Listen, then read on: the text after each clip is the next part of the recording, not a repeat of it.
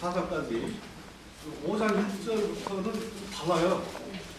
왜 그러냐면은 1장 7절부터는 최면에 대한 걸 얘기를 했고 5장 1절부터는 대문투에 대한 게 나와요. 그리고 이제 그러면서 또 뭐가 다르냐면은 아담이 스트롱나마가 120번으로 되어 있는데 최초로 창세기 5장 1절부터는 120일 아담이라고 새롭게 나와요. 글씨는 똑같은데 스톡나무가 달라요. 그건 뭘 얘기할까 하는 것을 여러분들이 알려드리려고요. 근데 좀 어려워서 좀 해드리라. 그러면 이제 개혁 성경에 보면은 요즘 성경에 바뀌어 나오는 옛날 성경 보면은 5장 1절이 그냥 형상으로 나와요. 근데 히브리어로 보면 대문투로 되어 있거든요. 그걸 고쳐야 되는 거고요. 그래서 1장서부터 4장까지는 최면에 대한 게 쫙 나오는데, 그리고 1장 26절에 보면 형상과 모양으로 우리가 만들고 그렇게 나오죠. 결론은 다 만드시는 거예요.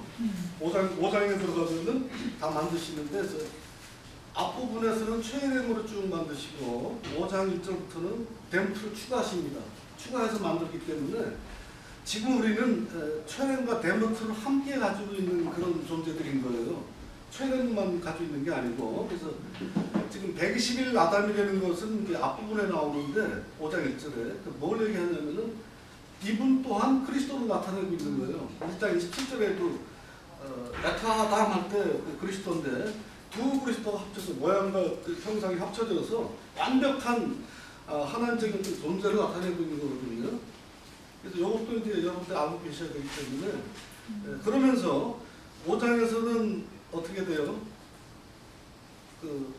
낳는다는 단어가 히피 사역동사로 바뀌면서 실제로 하나님의 족보에 들어가는 그런 존재들이 나와요. 그래서 그 5장에 쭉 보면은 히필야라드 해서 누가 누굴 낳고 누굴 해서 노아까지 가면서 셈, 함, 야벳까지 나오거든요. 그게 온전한 하나님의 족보가 연결되는 거예요. 그래서 최렘만 가진 것은 생각하지 마시고 최렘과 하나님은 빈말하지 않으신 분이기 때문에 최렘과 대문투를 한꺼번에 하신다. 그걸 아셔야 되는 거예요. 그리고 반드시 역사하신다는 거. 4장 역사 끝나서 거기서는 일단 실패하죠. 가인이 아벨 죽이고 셋을 죽지만 흐지부지 끝나요. 그래서 여자가 낳은 자녀들은 족보에 올라가지 못한다. 그래서 5장으로 넘어가면서 최렘과 대문투 합쳐진 존재가 낳는 것. 그걸 남자가 낳는다 그러고 하나님이 낳았다라고 한다 그 얘기예요. 바로 창조하심이 그걸 얘기하는 거예요. 그게 이제 계시록 끝까지 가서 이기는 자로 전부 매듭지어지고 새 예루살렘 성으로 전부 하나가 된다 하는 그 얘기입니다. 그렇게 해서 이제 영생까지 넘어가는 거죠. 그래서 우리는 반쪽인 최렘만 가지고 나가는 게 아니고 대문투까지 합쳐져서 나간다. 완벽하다. 그래서 마태복음 5장 48절에 보면은 내가 온전하니 너희도 온전하라. 영어로 퍼펙트거든요. 완벽하라. 내가 완벽하니 너희도 완벽하라는 얘기를 해주시고 계신 거예요. 그래서 결국은 완벽하지 못하면 이길 수 없다는 거. 그게 저변에 딸리는 거예요. 그래서 110 아담과 120일 아담이 다르다는 거. 120 아담은 흙 아담이고 120일 아담은 영적 아담. 최렘과 대문투를 몽땅 가지고 있는 그 아담을 얘기한다. 단어 똑같아요. 히브리어로 똑같은데 내용은 다르다는 거. 그래서 이것까지 보면 아주 최고도의 수준에 가신 거예요. 마치겠습니다. 내 이름으로 불려지는 모든 자, 곧 내가 내 영광을 위하여 창조한 자를 오게 하라. 그를 내가 지었고 그를 내가 만들었느니라. 이렇게 나와요. 여기 보면 여기 창조하다, 짓다, 만들다 이 말 세 마디 나오는데 이게 하나님이 우리의 그 구원과 그 창조 완성을 위해서 하나님이 일하시는 모양의 어떤 세 부분을 말하는데 창조라는 거 우리 창세기에 나오는 창세기 1장에 나오는 말은 대부분은 하나님의 영원전 계획의 완성의 어떤 선언이에요. 그래서 뭐냐면 나는 이런 집을 짓겠다. 이런 사람을 만들겠다. 이런 나의 창조 완성을 이루겠다. 이런 선언적인 것을 하고 그 선언을 한 것을 구체적으로 행하는 거, 지었다. 이거를 야차르라고 그러거든요. 그러니까 창조하다라는 바라예요. 근데 이 지었다는 야차르예요. 이거는 뭐냐면 토기장이가 토기로 흙을 가지고 빚어서 도자기를 굽기도 하고 그릇을 굽기도 하고 구체적으로 뭔가를 만드는 거예요. 모양을 만드는 것이고, 그리고 내가 그를 만들었다 할 때 이거는 뭐냐면 아사예요. 아사. 그러면 뭐냐면 그 그릇이라는 걸 지었던 뭔가 지었으면 거기에는 그 용도대로 쓰임이 되어야지만이 그거의 모든 것이 완성이 되는 거죠. 그래서 여기에 그래서 형제님 말씀하시는 것 중에 뭐 체렘 데무트인가요?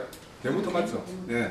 그 이야기가 그러니까 우리의 완성이라는 거는 속 내용과 겉모양이라는 것도 사실 뭐 신령한 몸을 입는다는 말 나오잖아요, 그죠? 그러니까 우리가 그 신령한 몸을 우리가 알 수 없기 때문에 어떤 모양일지 알 수 없기 때문에 저는 그래서 이제 저번에 여기 토론에 이제 그 카페 토론에도 올렸듯이 그 모양이나 형상이라는 게 우리에게 우리의 믿음 신앙 수준 그 수준에 맞게끔 어떤 사람은 왜 천국 가니까 내 집이 뭐 어떻다 뭐 저렇다 이런 사람은 그 양반은 뭐냐면 모든 걸 집으로 생각하니까 그건 보여줬을 거예요 저는. 그런데 그 사람이 진짜 하나님의 어떤 신령한 마음속에 그 속에 있는 그 비밀한 것들을 봤다면 저는 못 봐서 어떤지 모르겠지만 그런 걸 봤다면은 아 그분께서는 우리에게 어떤 형상을 입혀 주실 것인가 그런 것들을 아마 보여줄 거라고 생각을 해요. 그래서 이제 그 변화산에서도 베드로에게 변화산에서 주님과 엘리야와 모세의 모양을 이렇게 변화한 모습을 보고 이제 베드로가 막 아이고 조사오니 뭐 여기에서 초막 세 개를 짓고 막 나도 여기에 거했으면 좋겠다. 그게 베드로의 신앙 수준이 그 정도니까 그런 모양을 저는 보여줬다고 봐요. 네. 그러니까 그런데 주님이 와도 그게 좋고 이게 본래의 모습이고 그랬다라면 베드로에게 계속 그걸 보여줬겠죠. 그런데 싹 걷어버리잖아요. 그죠? 그것이 본질이 아니었을 수도 있어요. 그래서 우리가 그 신령한 몸을 입는다 이런 것들은 우리가 어떠한 모양을 입을지는 몰라요. 그런데 저는 이제 감히 생각하는 건 뭐냐면 우리는 육신의 몸이라는 시공간에 이게 딱 제한을 받죠. 그런데 우리의 영감이나 영이라는 거는 지금 저 미국에 있는 저게 뭐야 수잔 자매나 뭐 저게 루디아 자매하고도 우리가 영감적으로 아 그분들 지금 뭘 하고 계실까 편안한 지금 잠을 가질까 뭐 이런 걸 생각을 한번 해볼 수 있죠, 그죠?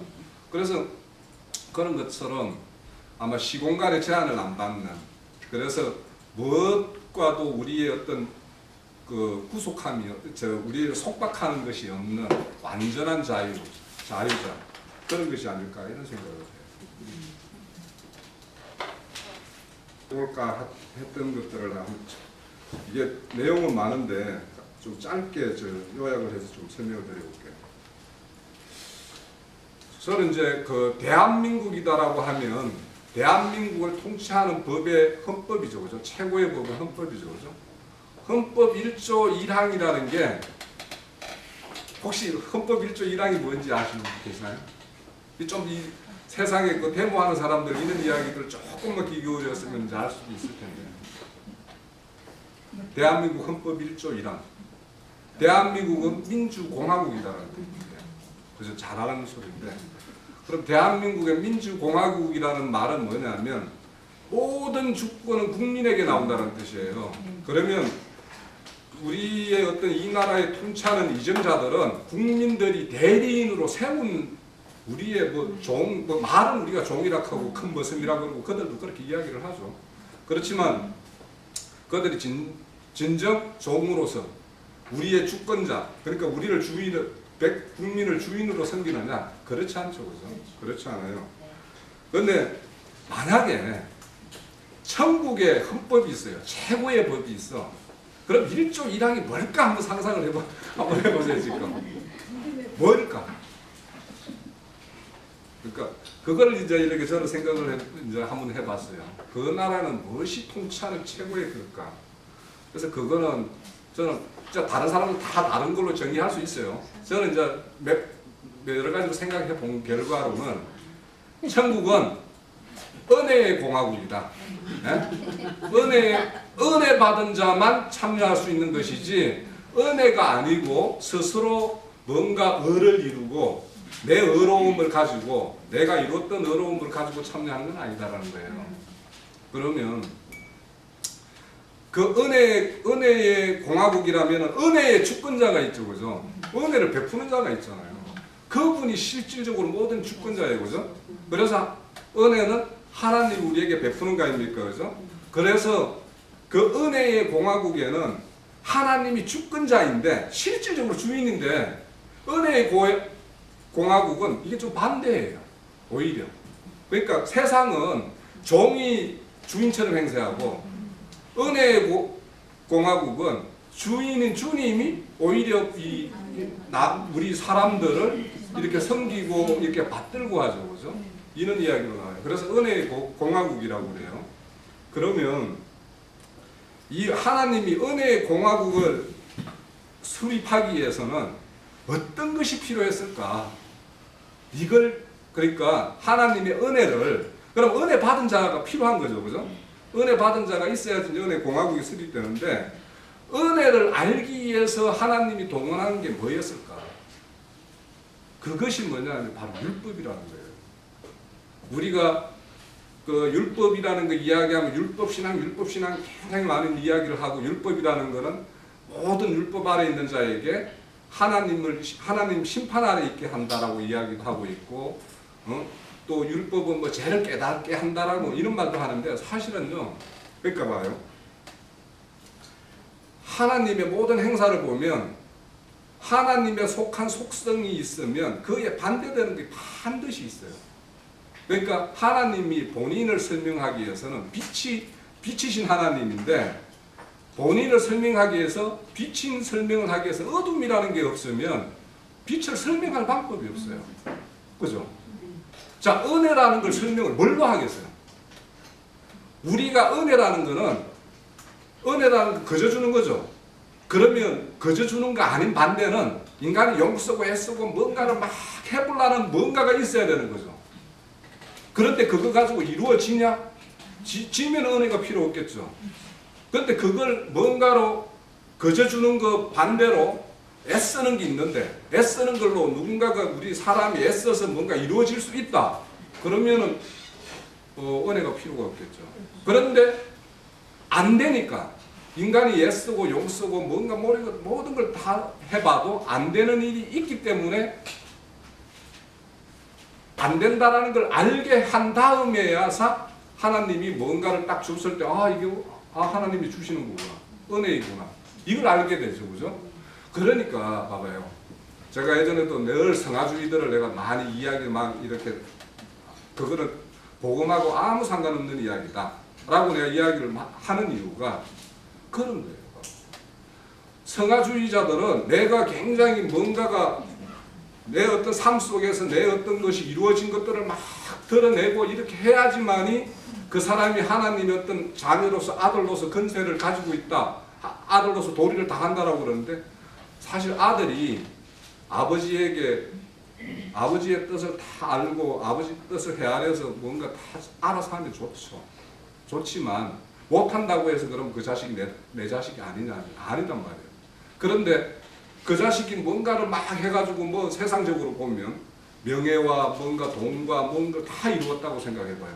그걸 아버지 앞에서 늘 그걸 자랑하고 아버지 나한테 막말로 쥐꼬리만큼 요만큼 해줬는데 나는 이만큼 해냈습니다 라고 이야기를 한다면 그 자식이 늘 그거 가지고 이야기한다면 그 아들이 불효일까요? 효일까요? 그죠? 불효겠죠. 그죠?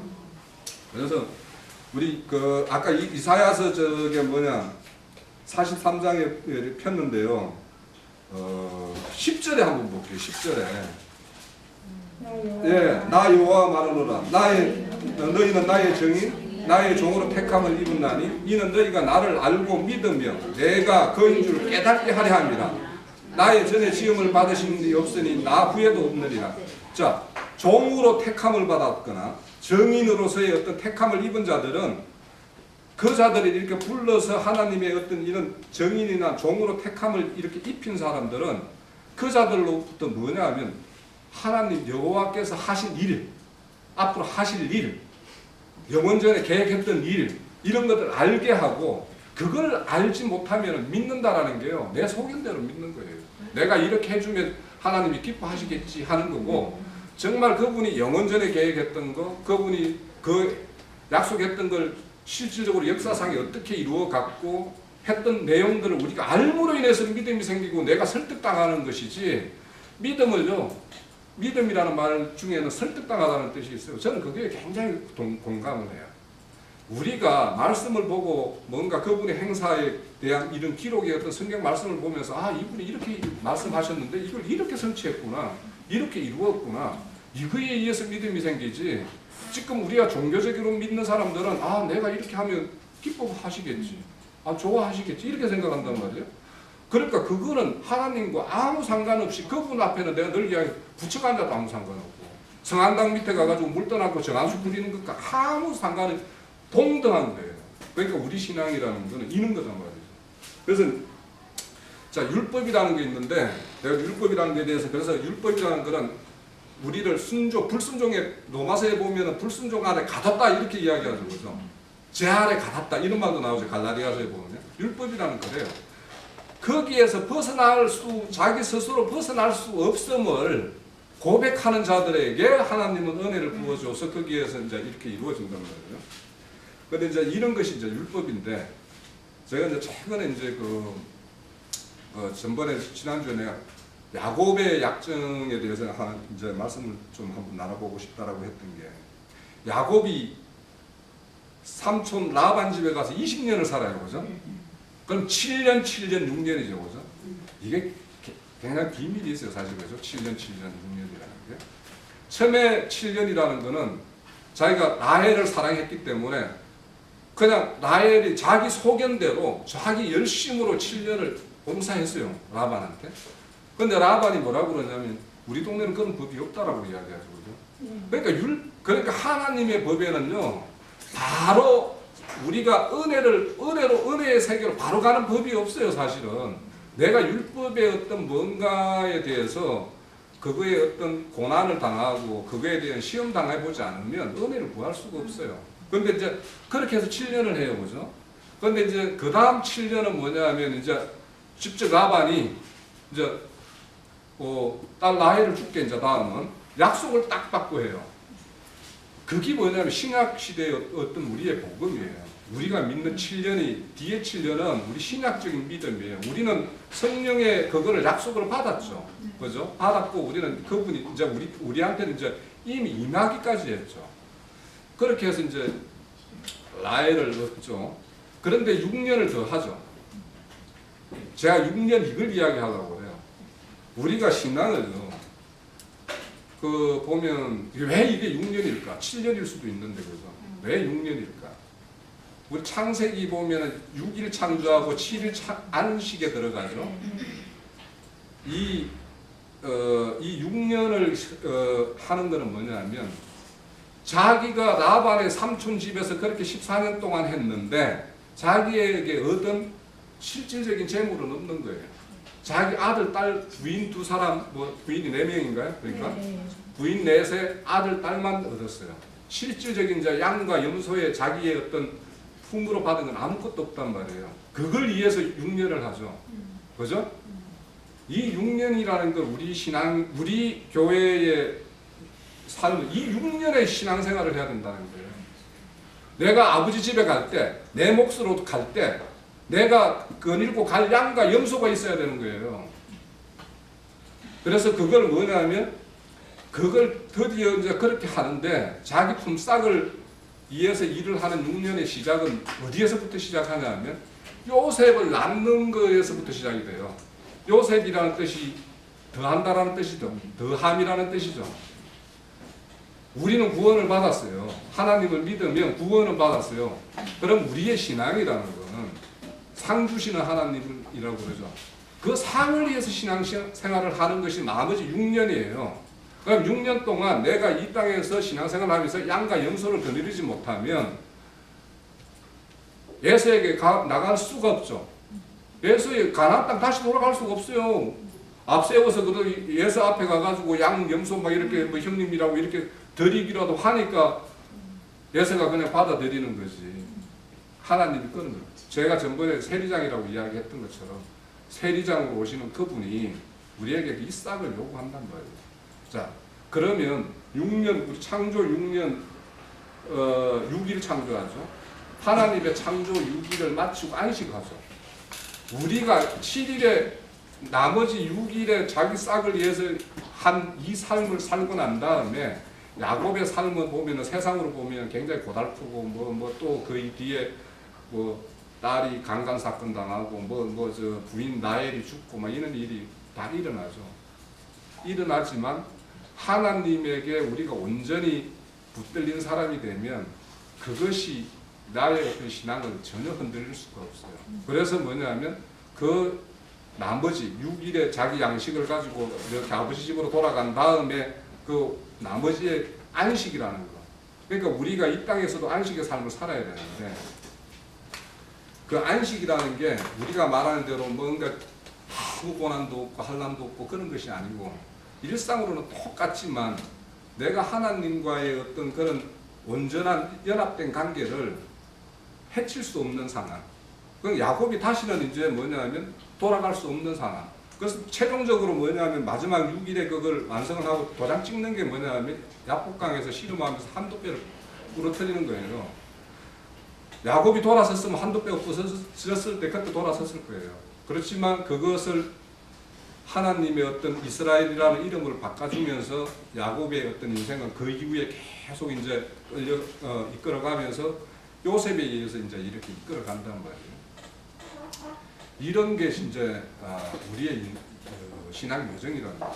그러니까 우리가 단순하게 지금 뭐 이런 걸 그러니까 전도를 하는 것도 왜 해야 되는지를 알면서 해야지 내가 그 상대에게 내가 성심을 다해서 내가 저 사람의 마음을 하나님 앞으로 이렇게 이끌기 위해서 내가 좀 숙일 거 숙이고 또 어떨 때는 담대하게 뭔가 할 때는 하고 이게 내가 지혜롭게 할 수가 있는데 이걸 억지로 뭔가 전도하라고 하니까 해야지 이런 신앙이 되면 안 되는 거예요. 그러니까 우리가 이 6년의 삶, 이 삶을 우리는 지금 살아가면서 또 안식일이라는 거, 그 안식일에는 낮과 밤이 없죠, 그죠? 낮과 밤이 없다라고 그러죠, 그죠? 그 왜냐? 그 안식일이나 이 땅의 삶을 말하는 게 아니에요. 그래서 낮과 밤이 없는 거예요. 그거는 영원한 세계의 어떤 날을 이야기하기 때문에 안식일은 낮과 밤이 없는 그 날이에요. 그러니까 우리가 안식일에 들어갔다라는 거는 안식의 삶을 누리고 그 삶을 산다라는 거는 내가 어떤 환경, 어떤 것도 내가 다 이제 초월할 수 있는 어떤 그런 게 됐을 때 어떤 어려움이 닥쳐온다 하더라도 이겨낼 수 있을 때 그게 이제 안식이라고 할 수 있을 것 같아요. 그런데 이것이 제가 왜 앞에서 이제 율법이라는 이야기를 하면서 내가 라반의 고향에서 그 마을에서 하는 동생을 먼저 주는 일이었고 언니가 먼저 가고 난 다음에 동생이 온다라는 것이 이게 이제 율법적인 것과 복음적인 것을 이제 순서를 이야기하는 건데 이게 이제 신약에 오면 딱 그것이 이제 그 에베소서 4장에서 그대로 이야기를 해요. 그거 한번 가볼게요. 에베소서 4장 1절.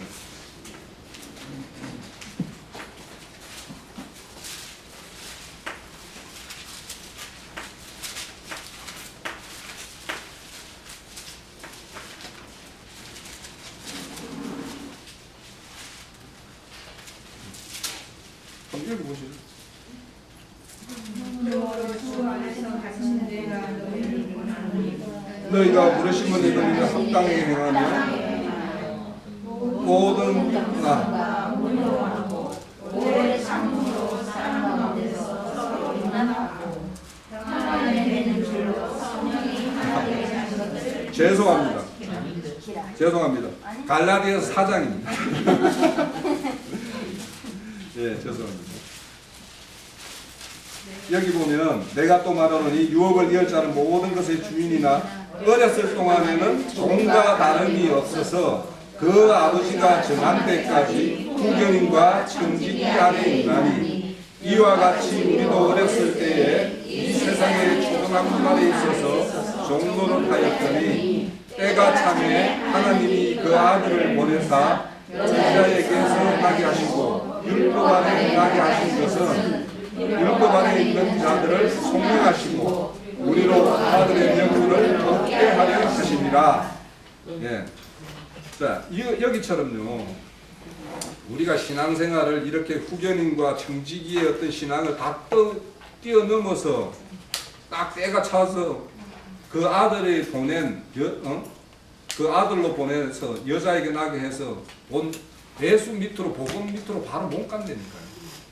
그러니까 우리가 이 후견인과 청지기 속 밑에서 고단함을 맛보고 참 그래서 이거의 고단함 때문에 실족하는 사람들이 많이 있어요.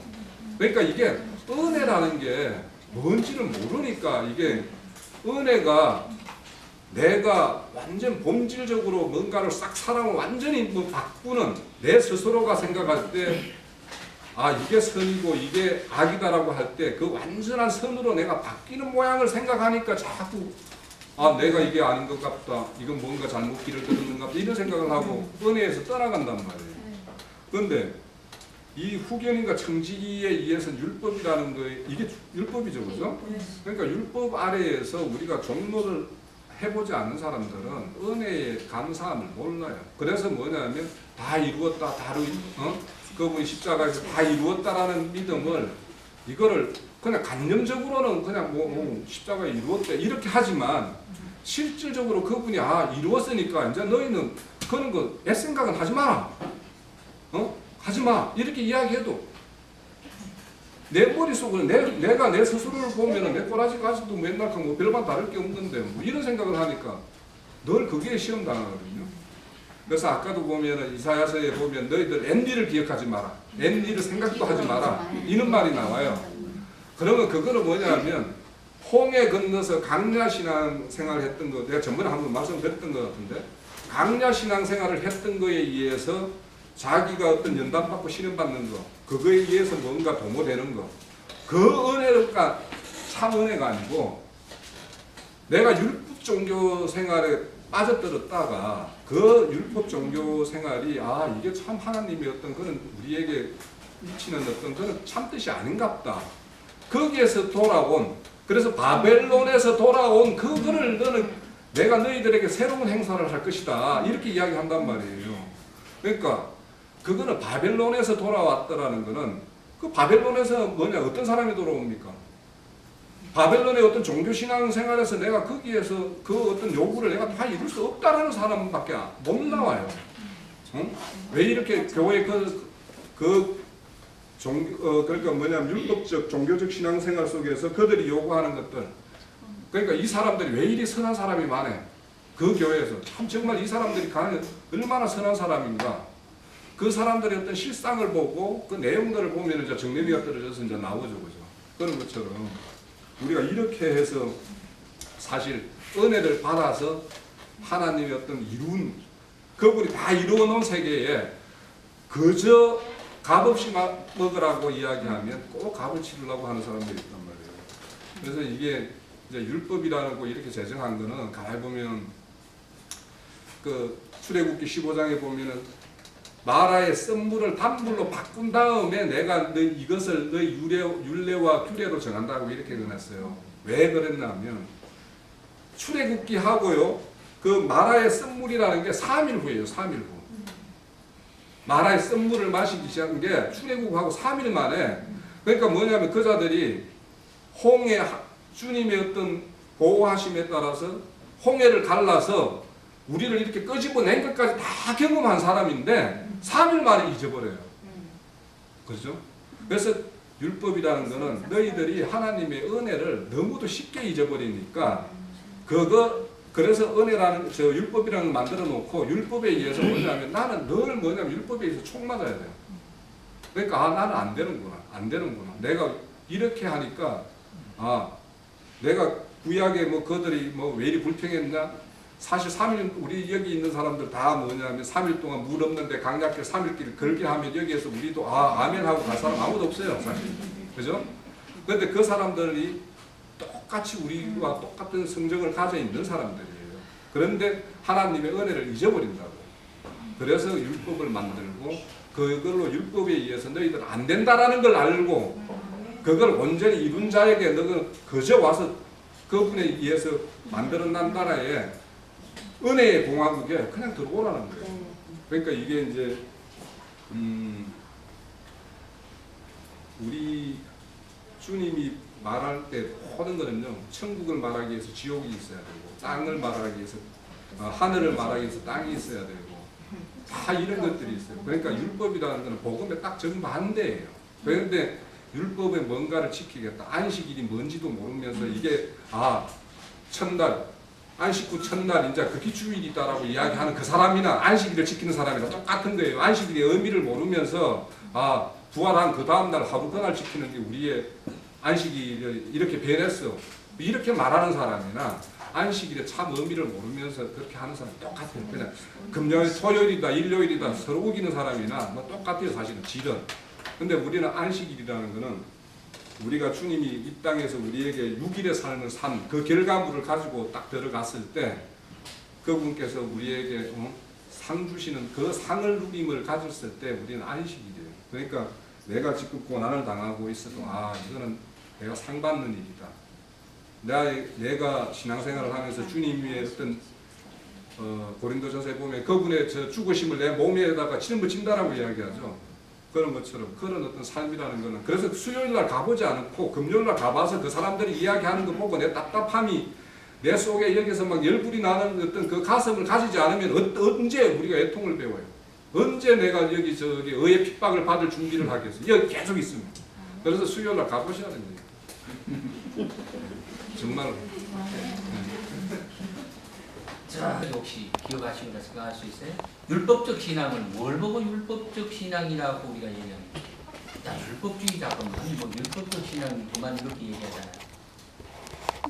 율법은 문법적인 성경을 알아도 문자 문법적인 걸로 그냥 현상계에 나타나는 시공간에 매여 갖고 있는 상태이고 복음은 성령이 안에 들어와서 시공간을 초월하는 그리고 문자 문법적인 거를 뛰어넘어 한 단계 윗단계 속풀이가 있다는 거. 다른 말로 하면 간추린 만나풀이를 할 수 있는 사람. 이 사람이 한 단계 영이 자랐고 거기까지 두 단계를 완전히 나아간 자가 하나님 앞에 그래서 반드시 단계를 두 단계 거쳐서 아침에도 말했지만 강을 두 번 건넌 자 그래야 하나님 그게 예수 그리스도의 장성한 분량에까지 이런 자라고 말한다고 저는 봅니다. 잘 알고 있어요. 물론 이제 그 신앙인들과 덧붙이면은 율법적 신앙이라는 말은 하나님 당신은 법을 제정한 자입니다.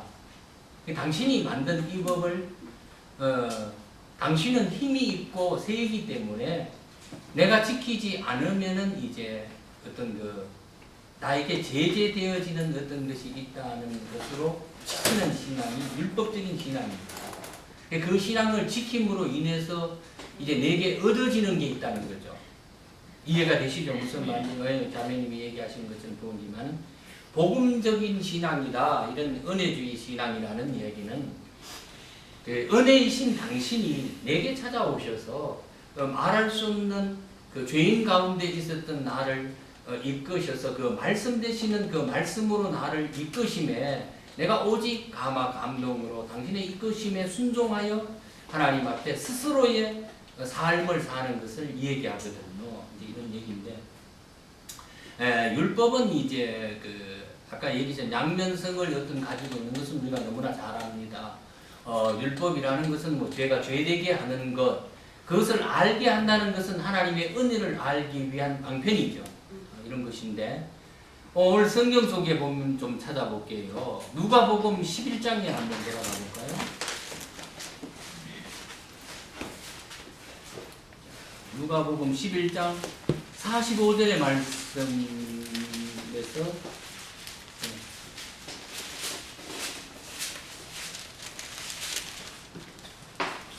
46절까지인가? 예, 한번 읽겠습니다. 선생님, 이렇게 말씀하시니 우리까지 모욕하심이니이다. 이르시되 화하실진저 너희 율법 교사여 지기 어려우심을 사람에게 지우고 너희는 한 손가락도 이짐에 되지 아니하는도다.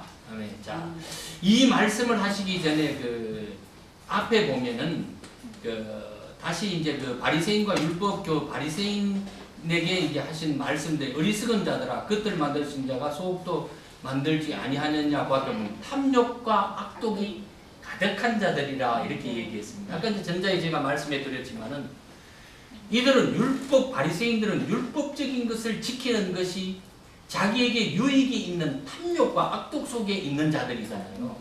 우리의 신앙들이 율법적인 신앙으로 그 율법을 폐할 수 없지만 주님께서는 내가 폐하려 온 게 아니고 내가 완전케 하려 왔다. 그것을 통하여 나 자신 말씀되는 내가 누구인가를 알게 하려 왔다는 의미 속에 있는 건데, 바리새인과 율법사들은 행위적으로 자기가 지킴으로 인해서, 그러니까 이제 소위 좀 얘기해서 자기가 어떤 행위적으로 보여준 데 대해서 하나님 앞에 상급의 어떤 대상이 있는 것처럼, 아까 이제 우리 형제가 상급이라는 얘기도 우리가 잘 이해해야 될 것은 뭔가 하면은 내가 그 상급의 바람이 아니라 그것이 초월되어진 삶 속에서 살다 보니 그것이 내게 상급으로 주어지는 것이죠. 이런 초월의 삶이 되어야 되는 것이지, 어떤 것에 율법이 있으므로 그 법이 있으므로 너에게 어떤 상이 있다는 것으로 이 바리새인과 율법사들의 삶을 살아가서는 결코 아니 된다는 얘기죠. 요 전에 또 보면은 문맥적으로 여러분 잘 보면은 이 바리새인과 율법사들이 꼭 보는 게 뭘 봐요?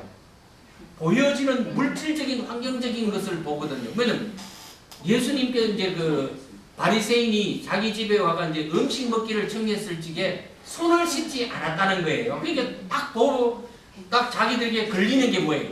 율법에 걸렸다는 거죠, 그게.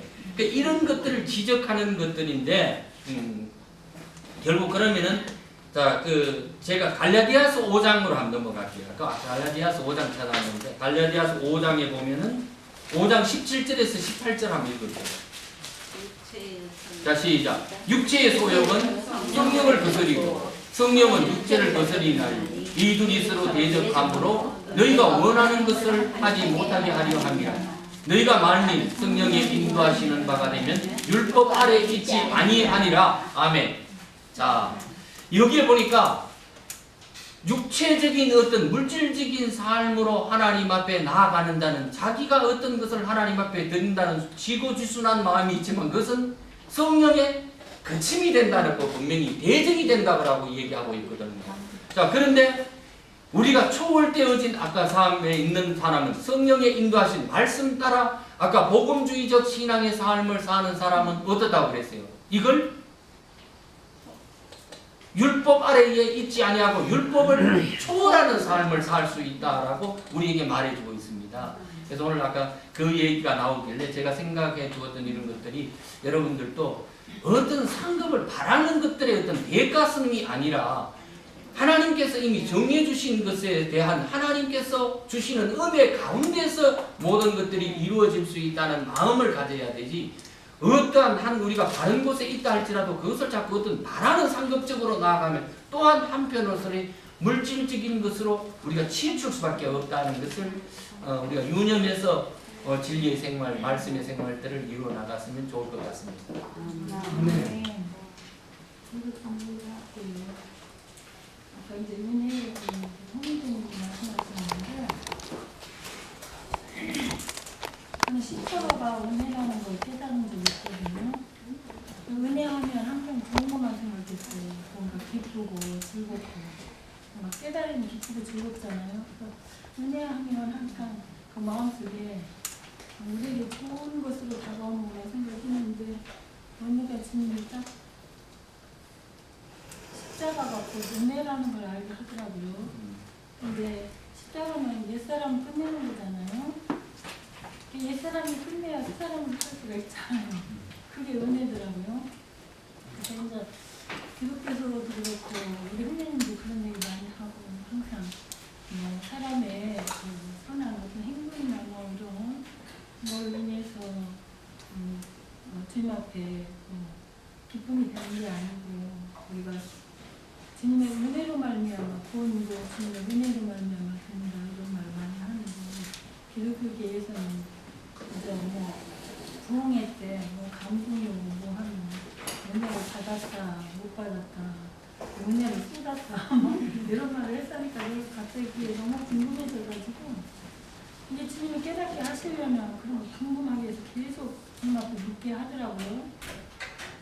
사람들 은혜를 많이 받았다 못 받았다 은혜를 받았다 쏟았다 분명히 그런 은혜는 아니고 정말 은혜 받은 것을 무엇으로 알 수 있을까요? 제가 계속 주님 앞에 물은 적이 있었는데 대부분 운동 사무실에 있었을 때 거기서 깨닫게 하시는데 은혜 받은 것을 뭘로 알 수 있을까요?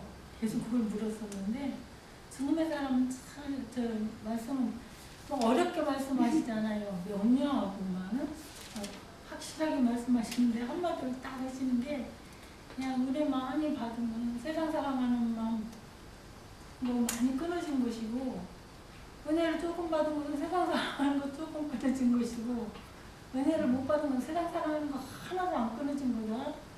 근데 너무너무 맞는 거예요. 그냥 은혜 받은 증거는 막 이 말씀 받을 깨달아서 기쁘고 즐기고 이런 생활이 아니라 내가 세상 사랑하는 거에 대해서 세상은 주인과 원수된 거잖아요. 그것이 얼마나 처리됐느냐에 따라서 은혜 받은 그 증거를 지금 말씀하시는데 너무 주님은 깨닫게 하시려면 항상 궁금하게 하고 그걸 계속 주님 앞에 물어보게 하고 기도하게 하더라고요. 그래서 정말 그 주님이 아까 그 형상 신령한 그 몸 입는 거 이런 거 지난주에는 또 뭐지 그 자매님 이름이 민일숙자매 이제 신령체에 대해서 얘기했었잖아요. 집에 가서 이제 우리 형제님한테 한 물은 적이 있어요. 신령체에 대해서 얘기 서로 나눴는데 그 신령체를 어떻게 보느냐고 어떻게 생각하냐고 우리 형제님이 그건 다 형성화시킨 말이지 라고 하더라고요. 근데 그때 이제 민일숙 자매님께 질문하면서 내 안에도 알아짐이 있었는데 예수님이 성경을 영으로 깨달아 알아주면 예수님의 품성, 예수님의 어떠하심이 다 들어있잖아요. 이 말씀들에 이게 문자로 하는 게 아니라 그분의 어떠하심이 그 신령치더라고요. 그래서 우리는 신령체하고 막 힘을 입고 빛나고 막 어쩌면 뭐 아주 깨끗하고 또 이런 거 그런 것은 그 형상화시킨 거잖아요. 예수님 빛이시다. 막 옷이 막 빛과 같이 씌워지고 막 세상에서 그렇게 빨리 누가 회의할 수 없다 하는데 그게 주님의 거룩하심, 주님 온전하심, 흠과 티가 확 없는 그런 분이시기 때문에 그렇게 되는 것이죠. 근데 그 물질적으로 물체적으로 어떻게 그러는 것이 실체가 아니고 그거는 주님의 산에 속한 분이잖아요. 그럼 점도 없고 흠도 없는 분이잖아요. 그분의 어떠하신 그 생명이 우리 안에 들어와 있잖아요. 우리가 신령체가 된 건 아니에요. 신령체 생명이 우리 안에 들어와 있는데 우리가 이 땅에서 길들임을 받고 말씀을 받고 우리 옛것이 점점점 떨어져 나가고 새 것으로 채워지면서 주님의 말씀 공부로 인해서 주님의 어떠하신 것 같이 변개되는 거잖아요. 그래서 그분의 어떠하신 그 품성의 그 성품에 속한 모든 것들이 그리스도로 옷 입는다고 하잖아요. 그분으로 이렇게 실제 그분의 어떠하심으로 배워지는 것이 그것을 신령체다, 신령하다 이런 거지. 그냥 어떻게 우리의 상상으로 천국을 믿듯이 그런 상상하는 신령체가 아니라는 거. 근데 그 신령체는 사람의 표현을 통해서도 나타날 수 있고 사람이 영적인 표현을 하면 영적인 그 말 깨달음 속에 그 신령체를 보는 거죠. 예수님이 다시 오셔서 성령으로 오셔서 모든 지체들한테 다 제자들한테 보였잖아요. 보였다, 나타났다, 없어졌다, 또 나타났다, 없어졌다 했는데 그럼 사람들이 생각하기는 그 신령 같은 귀신 같은 그 몸이 허락하게 막 와서 그냥 문도 닫혀있는데 들어왔다가 갑자기 사라졌다 이런 것이 상상하는데 그게 아니고 그분은 계시로 알게 하시잖아요. 지혜와 계시로 알게 하심으로 그분에게 나타난 거죠. 그분에게 보여진 것이고 그리고 또 이제 그것이 계시가 거기서 깨달음이 있었지만 그 깨달음이 이제 또 계속 있을 수 없으니까 한 가지는 또 보이지 않는 거예요. 이것이 나타남이고 보여지고 알게 하심이 되고 이런 것이지 사람은 아직도 추상적인 것 안에서 너무 이렇게 증형을 그렇게 생각으로 상상으로 믿고 있는 그런 것이 아직도 남아있다. 그런 것이 있으면서 또 아까 이제 우리가 영으로 믿냐 육체로 믿냐 율법으로 믿냐 아니면 영으로 믿냐 이 모든 것은 저는 이렇게 한면에서 이렇게 깨달는 게 있는 게 옛사람은 율법으로 신앙생활을 할 수밖에 없어요. 영적인 말씀을 아무리 가르쳐도 그 사람 사고 생각 안 하면 아주 한눈이 안 열렸어요. 그런 모든 것이 육신의 생각으로 받아들이기 때문에 그나마 여전히 우리 모임에 있다 할지라도 율법교회 생활을 할 수밖에 없고 참으로 영어로 깨달아 알아져서 영의 인도하심을 받으면 그는 예수를 율법으로 믿지 않고 생명으로 영으로 믿는 그 단계에 이렇게 바꿔졌다라고 보거든요. 꼭 율법교회에 있어서만 율법으로 믿는 게 아니고 우리 이 모임에 있어서 영으로 믿는 건 또 아니거든요. 그 부분에서는 좀 확실한 것 같아요. 제가 알아진 부분. 말하다 보니까 두서없지만. 제가 이거 한 가지만 좀 제가 말씀드릴게요. 빌립보서 2장 10절에 보면요. 빌립보서 2장 10절에 보면 하늘에 있는 자들과 땅에 있는 자들과 땅 아래 있는 자들 모든 무릎에 예수 이름을 붙게 하시고 이렇게 나와요. 사람의 종류가 세 종류가 나오죠. 네? 자, 하늘에 있는 자가 있고 땅에 있는 자가 땅 아래 있는 자가 있어요. 계시록 5장에 한번 가보죠.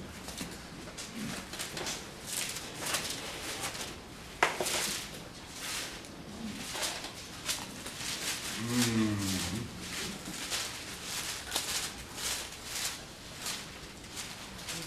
13절에 보면 내가 또 들으니 하늘 위에와 땅 위에와 땅 아래와 바다 위에와 또 그 가운데 모든 군중에게 이르되 이렇게 되어 있어요.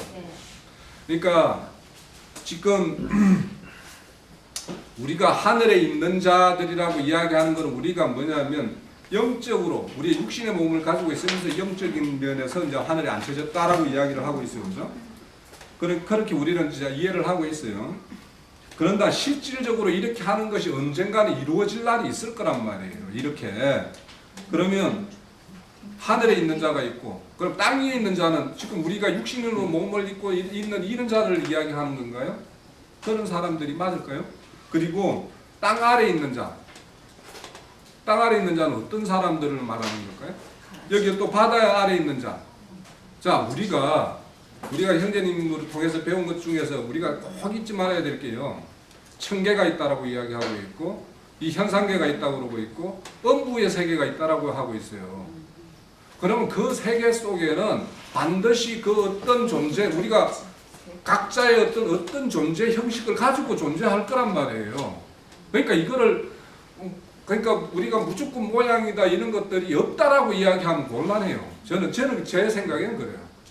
왜냐하면 이 세계에 천상계에 맞는 어떤 존재의 형식과 양식을 가지고 뭔가 존재할 거죠. 그러니까 10골, 5골 뭐 이런 이야기도 나오고 뭐 이런 이야기 하고 있는 거 아닙니까? 그런 것처럼 어떤 우리가 모든 게 영적이다라고 해가지고 또 너무 영적인 거에 매몰돼가지고 이거는 뭐 그때는 형상도 없고 모양도 없고 아무것도 없다 이런 걸로 이야기한다는 것이 맞나? 그러니까 우리는 하나님이 보여주지 않은 거는 보여주지 않은 거는 안 보는 선까지 가는 게 맞다고 생각해요. 그걸 부정해도 안 되고 또 막 이거는 이 모양이다라고 해서 강조해도 안 되고 저는 그래서 이게 형상과 모양이라는 걸 내가 지난주에 질문에 올린 이유도 이게 뭘까? 제가 예전에 할 때는 형상은 하나님의 신성이고 모양은 우리 인간의 온전한 사람. 그 창세기 1장 27절인가 나오는 그 사람, 자칼, 네케바 한 그 사람, 그거를 이야기한 그 어떤 온전한 인성을 이야기하는가라고 한번 증거를 했는데 그게 지난주에 윤 자매님이 질문을 하니까 이게 신령체라는 게 분명히 성경에 보니까 음격 밑에 있는데 그러면 전혀 물질계가 아닌 다른 우리가 상상할 수 없는 그 어떤 세계에는 우리의 각자의 존재는 어떻게 존재할까? 이거는 분명히 뭔가가 있을 텐데 우리가 그거를 뭔가를 부정한다? 이거는 뭔가 근거 없고 뜬구름 잡는 이야기가 될 수 있겠다라는 생각이 들어서 그냥 보여주는 만큼 자기 신앙 수준만큼 그렇게 추구하고 그렇게 이해하고 그렇게 가는 거 아닌가 그렇게 지난주 토론하면서 그렇게 저는 결론을 내렸어요. 예, 그래서 여기에 우리가 말하는 것대로 형제님이 말한 대로 우리가 음부의 세계를 다른 사람들은 우리 교회에 박혀 있는 사람은 음부의 세계를 몰라요. 그런 거를 음부의 세계는 지옥이라고 바로 이제 등치시키죠. 그런데 음부의 세계를 저도 뭐냐면 처음에 형제님하고 그것 때문에 토론도 많이 하고 막 뭐 이렇게 많이 따져보기도 하고 했는데요. 음부의 세계가 없다면 말이 안 되는 데가 너무 많이 있어요. 저도 제가 이래 설명 보니까 그래서 우리가 알지 못하는 우리가 눈으로 보는 이 세계, 우리가 성경에서 보여주는 하늘의 어떤 천계 이런 거에 대해서 우리가 그 천계는 지금 우리 육안으로 우리의 인간의 어떤 제한된 어떤 사람의 어떤 인식 체계에서는 100% 이해를 못할 거란 말이죠. 그러니까 그 세계를 우리가 이렇다 저렇다라고 막 단정하는 것도 굉장히 위험에 빠질 가능성이 굉장히 많아요. 네, 저도 한 말씀 드리고 싶네요. 이 부분